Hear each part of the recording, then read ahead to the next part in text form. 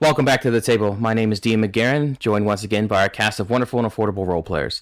On this segment of Mid Gaming, we're going to take a look into the actual game Cyberpunk Red, The Heist. I am joined with us by, first off was H, then we have Chief, and Bishop. As you guys know them from the show, we have Artie, we have Tink, and of course, Mad Max. So I wanted to talk to you guys. We are over halfway through the season. It's been a heck of a ride so far, I believe. We have a lot of twists, a lot of turns, and a lot of character development that I've seen over the course since like we first started at Club Six Ends, and now that we're getting into we're heading into the space station. So I wanted to talk a little bit about how you feel like your characters have developed, how you feel like your characters have evolved over the course of the last couple sessions, and what does that mean for the future of these characters? I think the biggest growth in my character, at least as Tink, is he was very unsure of himself, as I was unsure with the game system. As I became more sure of the game system, in character, he became more sure of his abilities.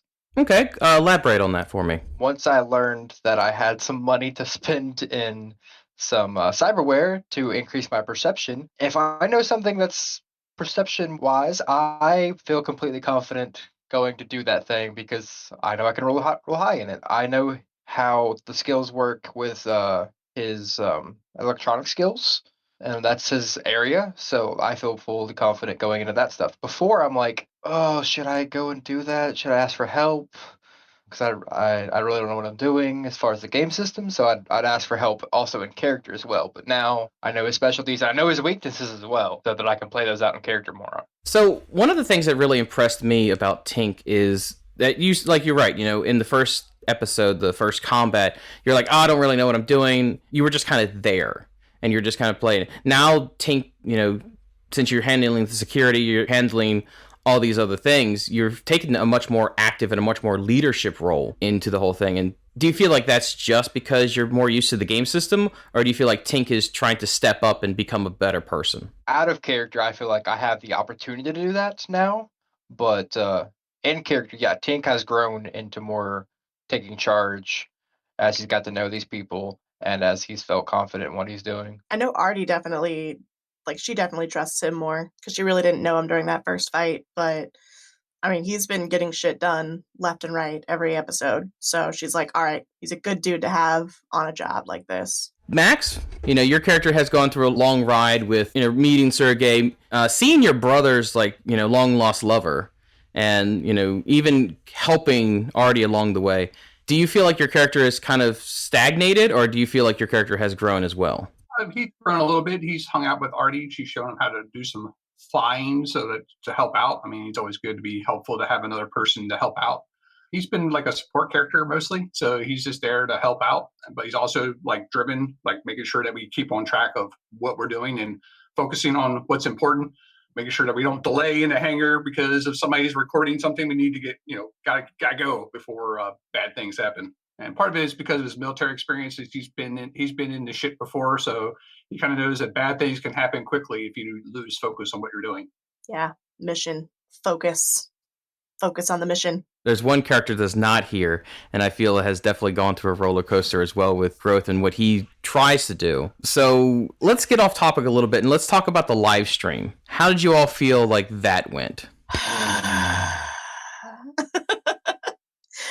Artie is not happy about that. She wants to impress Copperhead and to get this job done as quickly and painlessly as possible. And she's a little bit, I think the veil is kind of come off of her eyes from like meeting Toxic. Like they say don't meet your heroes, and my God, is that true? Because that's been her main, I think, character growth is seeing the difference between Toxic the performer and Toxic the person. And she is she still loves the music, but my goodness, has she grown in regards to idolatry, I guess. I don't know. It was very interesting, like episode 1, how Artie was definitely infatuated with Toxic. He asked her to dance, and all the little things she's like, oh, this is adorable, I love it, I'm so excited. And now he's still doing the same things, but it's definitely a switch in, like, oh my god, like, I think it was the last episode where you literally told him to shut the fuck up. That probably happened. Yeah, that sounds about right. Yeah, she's definitely grown as a person, I think, in learning that, people aren't who we think they are. There's a lot of lights and makeup, I guess, is a good idea. Like, a lot of lights and makeup in regards to who he is on like the social media versus who he is as a person. And she's having to learn that the hard way on a very, very important mission. With that, like, kind of there, like, I think a lot of people can relate to that kind of story where, like, you meet your hero or you meet someone that you're kind of starstruck over, or you fantasize and you build this person up in the back of your mind, and then when you meet that person, it's kind of a letdown.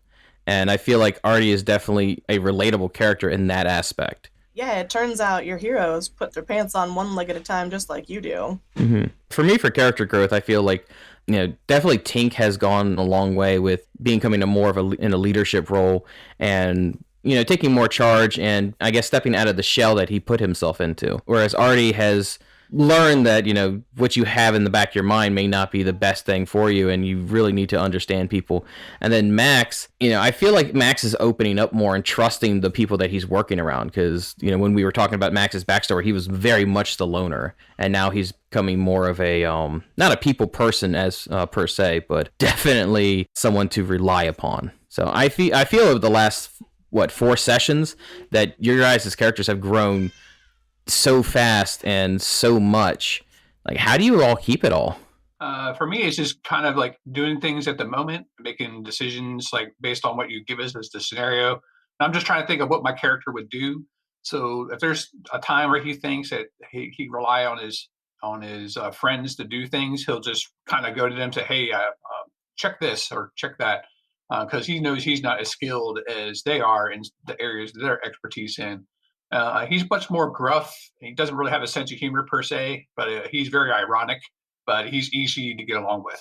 I know Artie gets along with him. She thinks he's cool people. Him and Tink both, because she's also a solo usually. But I mean, she likes the group for the most part. Yeah, I think one of the funner things that we did was have that little powwow. When we did that, it didn't turn out to be that way, but Max was being difficult for a reason. And it was just really to cause a distraction to help out one of his teammates to try to get things done I thought that was a really fun time. I'm still a little bit sad that Artie didn't get to land that punch. Max flew too fast for you. You guys came into this not a team. You guys were definitely solo characters.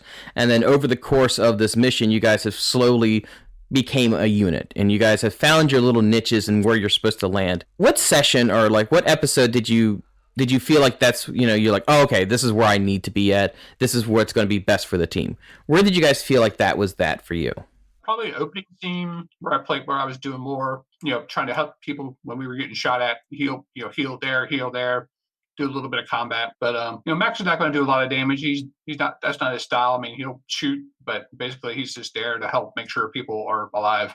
So he hasn't done a lot of his combat medic expertise, but I feel like coming soon, there's going to be some opportunities there where he's going to have to do it a little bit more. As Tink, the first time I felt like, all right, this is what the character's supposed to be used for, was the first time I had to use my tech to break into the storage unit here and do all the security badges and all that stuff that episode. You guys were off doing a beautiful job distracting, and I was just like, all right, got through that. Perception, I see everything. All right, got through that. It was finally rewarding to play the character that I designed. I think Artie, she was, she was always supposed to be the tank. So I think she started off strong in that sense. And I think this last episode, episode 4, she got to, prove that she can handle herself again, at least when combat happens. So I'm looking forward to this next session where there might be more combat and she can continue to prove her worth. That's an interesting way to put it. Prove her worth to who, I guess? To the team. Go on. Well, I mean, she, Copperhead picked these 4 people for a reason. Mm-hmm. And so, Tink, obviously, he's got his niche. Max has his. Toxic is supposed to be he's supposed to be like the face of the group, I think. And Artie is there to make sure everyone. She's the a good defense is a strong offense character, whereas Max is the strong defense, I think. Do you feel like, Artie spends most of the time, or recently spent most of her time alone? Now she's working with a team again, and she's going into the next session. She's about to meet her old team, or at least parts of her old team. How do you feel that she's going to react to that?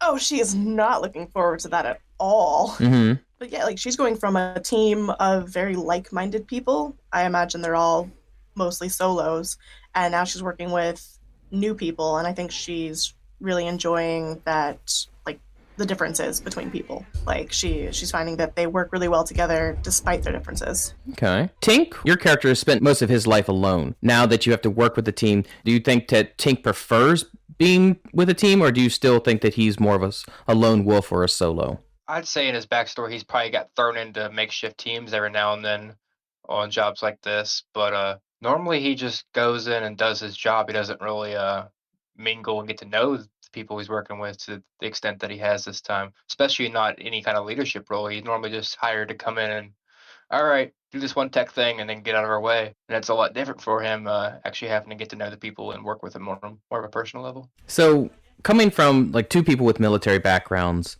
and of course Tink, do you feel like this is a team that you would continue working with after the job is over, or do you feel like your characters are like, all right, well, this is one and done, and then go back to being a solo act? I don't think Artie's going to work with Toxic again.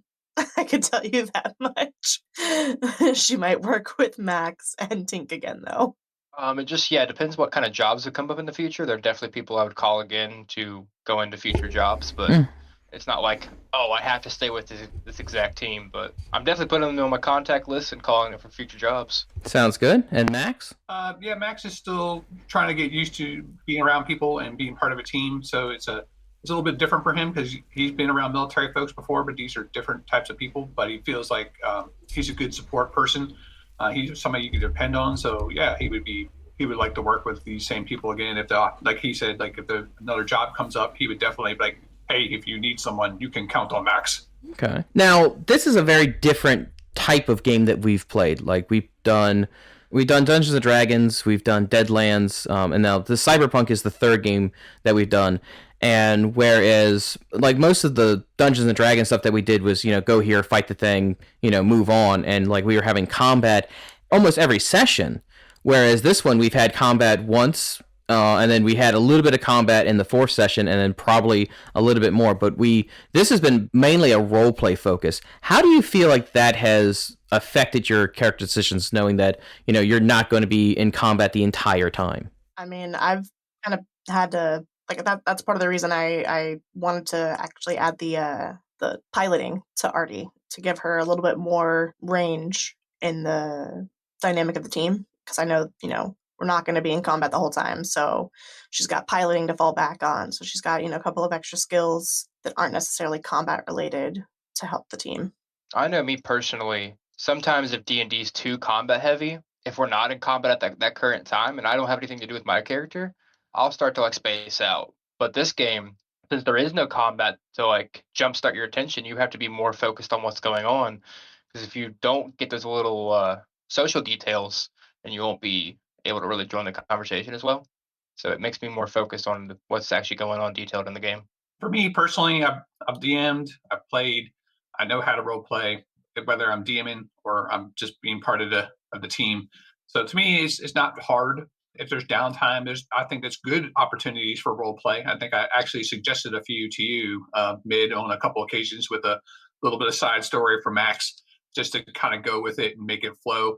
I think it was, it's important to kind of build that for a character background type of thing, so other players can kind of get like, oh, that's kind of a cool, and it was like, oh, that was kind of interesting. What are some of the expectations that you had for Cyberpunk, and has the story met them, or has it fallen a little short for you guys?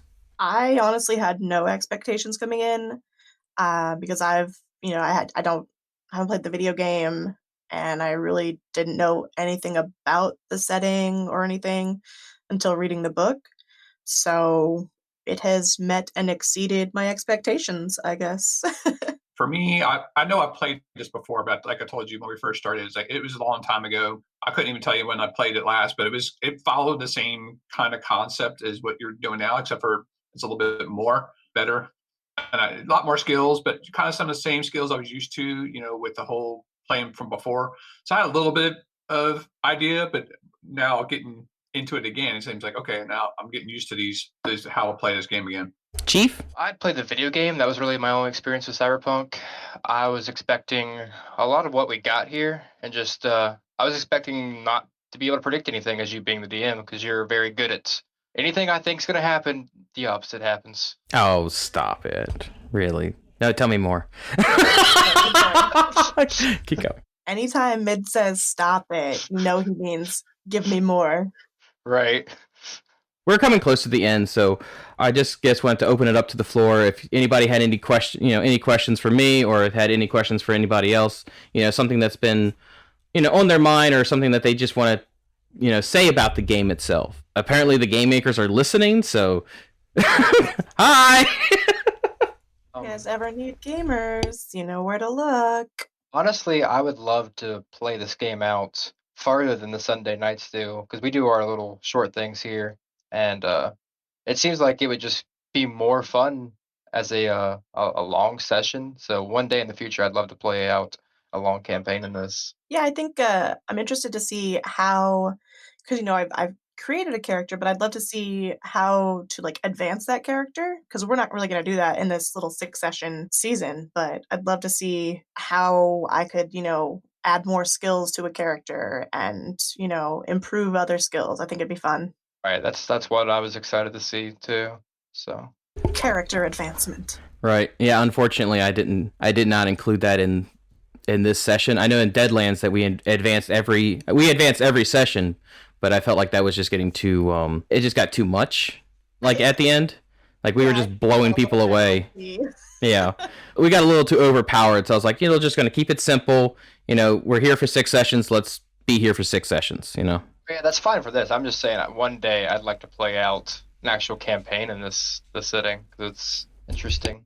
I would love to just sit back and watch the petrochem people versus, what is it, Sev Oil, I think, something like that. Just get some popcorn and watch those turf wars. That's probably what Artie does in her free time. I'm hired for either side.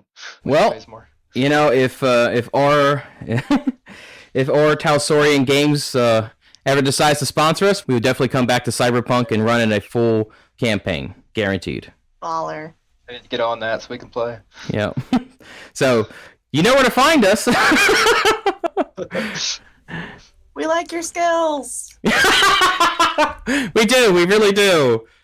All how many of them? Even though we bash them a little bit, we're sorry. We do love the game. We do very much love the game. So thank you guys so much for producing such a wonderful game, and thank you for letting us play around with it.